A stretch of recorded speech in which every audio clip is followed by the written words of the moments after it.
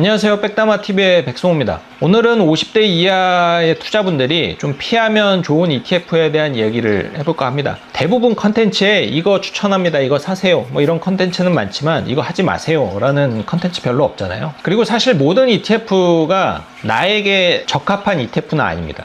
연령에 따라서, 투자 성향에 따라서, 또 투자 기간에 따라서 다르기 때문에 오늘은 50대 이하라면은 굳이 투자하지 않아도 되는 ETF가 무엇인지 알아보도록 하겠습니다. 그리고 오늘 이야기의 핵심은 뭐냐면은 매달 사 모으지 말라는 것입니다. 매달. 오늘 이야기하는 ETF를 적립식으로 사 모으지 말라. 그러니까는 오늘 이야기하는 ETF를 뭐 죽어도 사지 마, 뭐 이런 이야기는 아닙니다. 그러니까는 오해하지 말고 영상을 봐주셨으면 좋겠어요. 자, 일단 50대 이하의 공통적인 재무 상황이 있죠. 50대 이하라면 우리가 재테크 투자, ETF 투자를 하는 이유는 돈을 더 증식시키기 위함입니다. 종잣돈을 더 키우기 위함이죠. 그래서 결국은 나중에 이 곳간에 채운 돈을 조금씩 인출하면서 사용하기 위해서 우리는 투자를 합니다. 물론 중간에 이 돈을 모아서 뭐 집을 사기도 하고 뭐 사업 자금으로 제2의 인생을 위해서 도전을 하기도 하겠죠. 어찌됐든 공통적인 거는 돈을 모아야 된다, 돈을 불려야 된다. 그러니까는 만약에 지금 영상을 보시면서 나는 30대 40대인데 나는 지금 이미 한 20억 모았기 때문에 요거에 대해서 그냥 조금씩 인출하는 전략이 필요하다라고 하시는 분들은 안 보셔도 돼요. 자, 50대 이하가 피해야 할 ETF 첫 번째는 배당주 ETF입니다. 배당주라는 거는 주가의 등락이 높지 않고 좀 평온합니다. 그리고 안전자산의 이자율보다는 조금 더 높은 이 배당이라는 것을 지속적으로 지급을 해주는 주식을 우리는 배당주라고 합니다. 그리고 배당주의 대표적인 특징은 성장률이 높지 않기 때문에 주가가 막 이렇게 삼성전자, 하이닉스처럼 1년에 뭐 100%, 200% 올라갈 가능성은 거의 없다라고 봐야겠죠. 그래서 대표적으로는 은행주, 유통주, 인프라 관련주들이 있습니다. 물론 최근에는 우리나라 배당주들이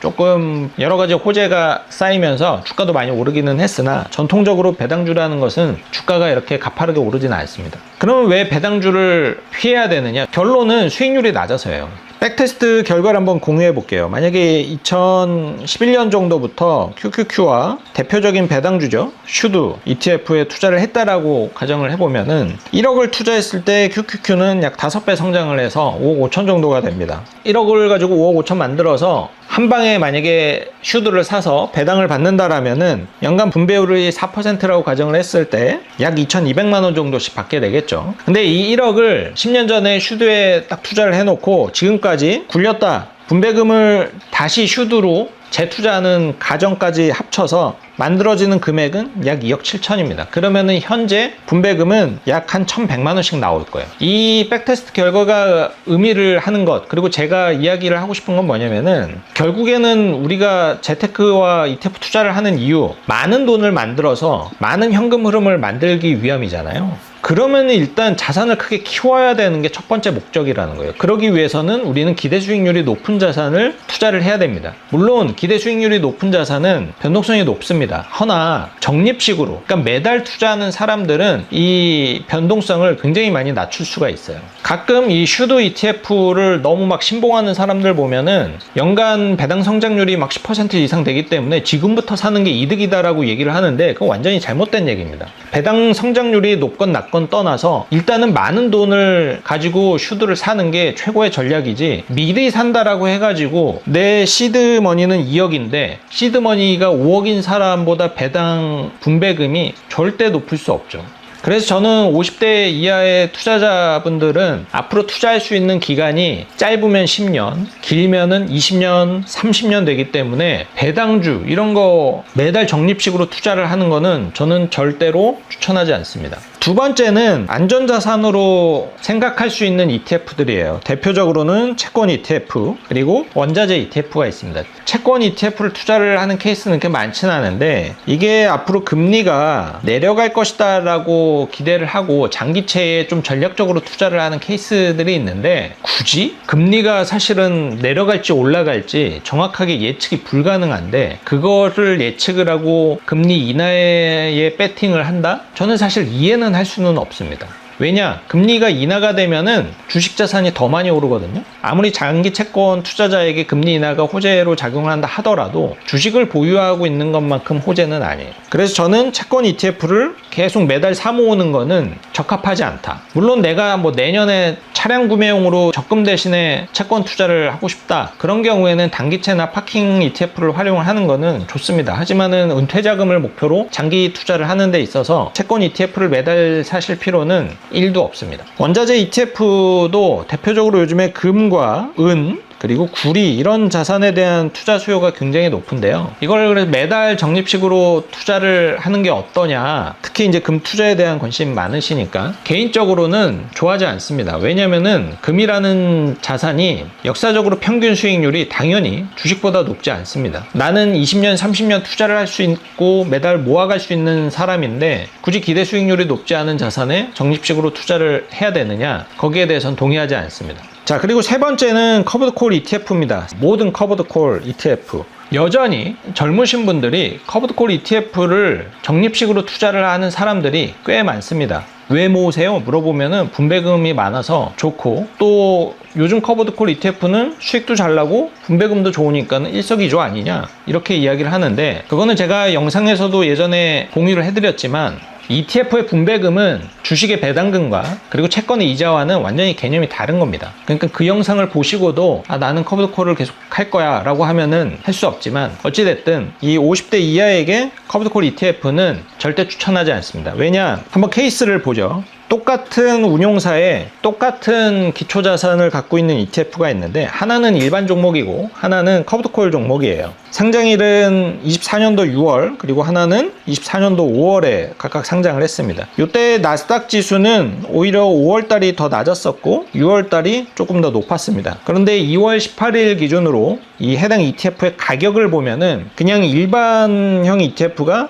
13,800원, 약 상장 이후에 38% 정도 가격이 올랐습니다. 반면에 커버드콜 ETF는 11,825원, 약 18% 정도 올랐습니다. 수익률 차이가 어마어마하죠. 물론 이 커버드콜 ETF는 꽤나 높은 분배금을 지급을 했기 때문에 누적 수익률은 이 두 가지가 대동소이합니다. 실제로 이렇게 보면은 현재가는 이렇게 차이가 꽤 많이 벌어지지만 운용사에서 제시하는 수익률을 보면은 최근 1년 수익률이 큰 차이가 나지 않죠. 약 1% 정도 차이가 납니다. 그만큼 이 3세대 커버드콜 ETF가 가격을 잘 따라온다, 기초자산의 가격을 잘 따라오고 있다라는 것은 최근 1년 넘게 증명이 되고는 있어요. 근데 이거를 보면서 사람들이 착각을 하는 거죠. 수익률도 1%밖에 차이가 안 나면은 분배금을 받는 게 플러스 알파의 성과를 얻는 방법 아닌가? 그거 아니라는 거죠. 이 수익률은 커버드콜 ETF에서 발생한 분배금을 모두 여기에 다시 재투자를 했을 때 수익률입니다.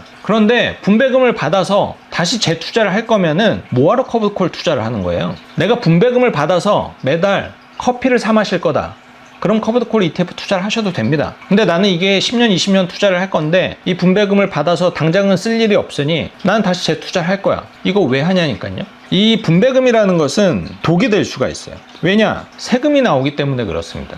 물론 ISA 계좌나 연금 계좌에서 투자를 하면은 세금을 좀 일시적으로 피할 수 있겠죠. 그리고 국내 주식에 투자를 하는 커버드콜 종목을 사면은 세금을 많이 줄일 수 있기는 합니다. 근데 어쨌든 완벽하게 세금을 피할 수 있는 건 아니에요. 그리고 필연적으로 현금이 반드시 남습니다. 매달 커버드콜 ETF에 투자할 수 있는 금액이 뭐 100만 원, 1000만 원 아니잖아요. 보통 몇십만 원. 만약에 10만 원씩 투자를 한다. 그러면은 1년 동안 누적이 돼도 거기서 나오는 분배금이 매달 한 2만 원 정도 내외가 되겠죠. 그러면은 ETF 한 주를 사거나 혹은 한 주를 샀을 때 돈이 꽤 많이 남거나 혹은 한 주도 못 사거나 어쨌든 현금이 무조건 남습니다. 예전에 펀드는 내가 5만 원어치, 5만 5천 원어치 매수하면은 그 돈이 다 주식에 들어가시는데 ETF는 내가 투자금이 5만 원이 있는데 ETF 하나당 3만 원이에요. 그러면은 만 원은 돈이 남잖아요. 이거는 어떻게 할 수 있는 방법이 없죠. 그냥 현금 상태로 놀아버릴 수밖에는 없습니다. 이제 물론 또 부지런하게 얘를 뭐 파킹 통장으로 빼서 뭘 한다든지 뭐 이렇게 할 수 있지만 그것도 일반 계좌에서나 운용을 했을 때 가능한 이야기지 절세 계좌에서 운용을 했을 때는 그것도 할 수가 없어요. 그래서 이런 자투리 돈이 남는 것들이 결국에는 복리 효과를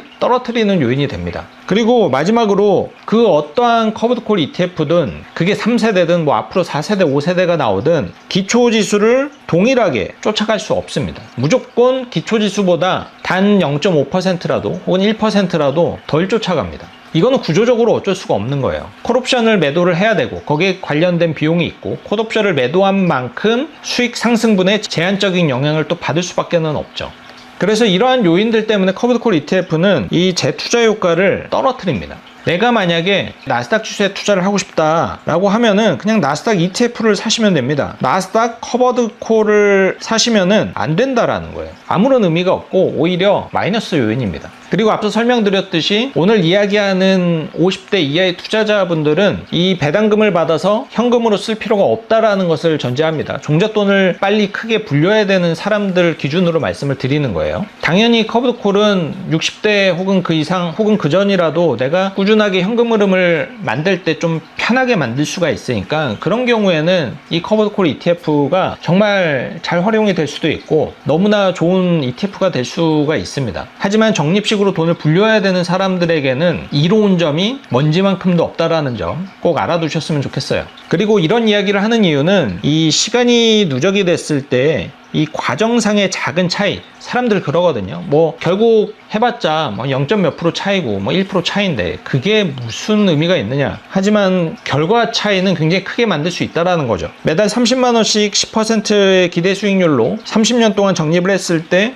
만들어지는 금액이 6억 8천입니다. 그런데 우리가 조금 누수를 없애고 조금 더 노력을 해서 기대 수익률을 2% 끌어올렸다라고 가정을 하면은 모이는 돈이 약 10억 5천만 원입니다. 2%가 주는 차이가 자산 가치를 50% 이상 벌리는 거죠. 이 차이가 적나요? 물론 이거를 느낄 수 있는 사람은 거의 없습니다. 왜냐면은 20년, 30년 동안 꾸준하게 투자를 이어오신 분들이 거의 없기 때문이죠. 그래서 사실은 부자가 되기가 어려운 거예요. 그래서 투자로 성공을 하기가 어려운 겁니다. 이 복리의 마법이 얼마나 대단한지를 느껴본 사람은 거의 없는 거예요. 그래서 이 작은 차이를 대부분은 무시합니다. 하지만 그거를 무시했을 때 20년, 30년 뒤가 지나고 보면은 그것 때문에 내가 은퇴 생활이 여유롭고 혹은 그거를 놓쳐서 은퇴 생활이 굉장히 불행해질 수가 있다는 것을 꼭 아셨으면 좋겠습니다. 오늘은 제가 50대 이하 분들이 좀 피하면 좋은 ETF에 대한 얘기를 좀 해봤고 제가 틈틈이 배당주와 이 커브드 콜 ETF를 사모으지 마셔라 라는 이야기를 종종 합니다. 그런데 여전히 아직까지도 이거를 잘 이해를 못 하시고 월배당 ETF 좋대, 커브드 콜 ETF 좋대, 막 분배금 막 월 2%씩 준대. 거기에 현혹돼 가지고 사실은 분배금이 필요 없는 투자자임에도 불구하고 그거를 그냥 무지성으로 투자를 하시는 분들이 너무 많아요. 그런 것들이 좀 안타까워서 오늘 이 이야기를 해봤습니다. 다음에는 50대 이상이라면 어떤 ETF가 또 좋을까, 그런 이야기도 좀 해보도록 하고요. 일단 오늘은 여기서 마무리하도록 하겠습니다. 저는 또 다음 영상에서 더 좋은 정보로 돌아올게요.